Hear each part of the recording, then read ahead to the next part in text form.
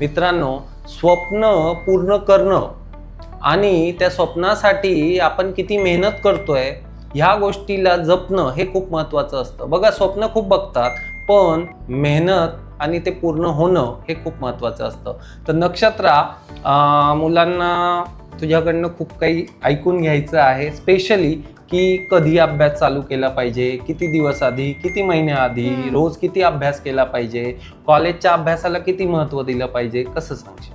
Sir, माझी journey जी होती ती 1.5 वर्षाची होती. अच्छा. त्याच्यामध्ये कॉलेजचे प्रॅक्टिकल्स, लेक्चर्स आणि आपला स्टडी अशा सगळ्या गोष्टी होत्या.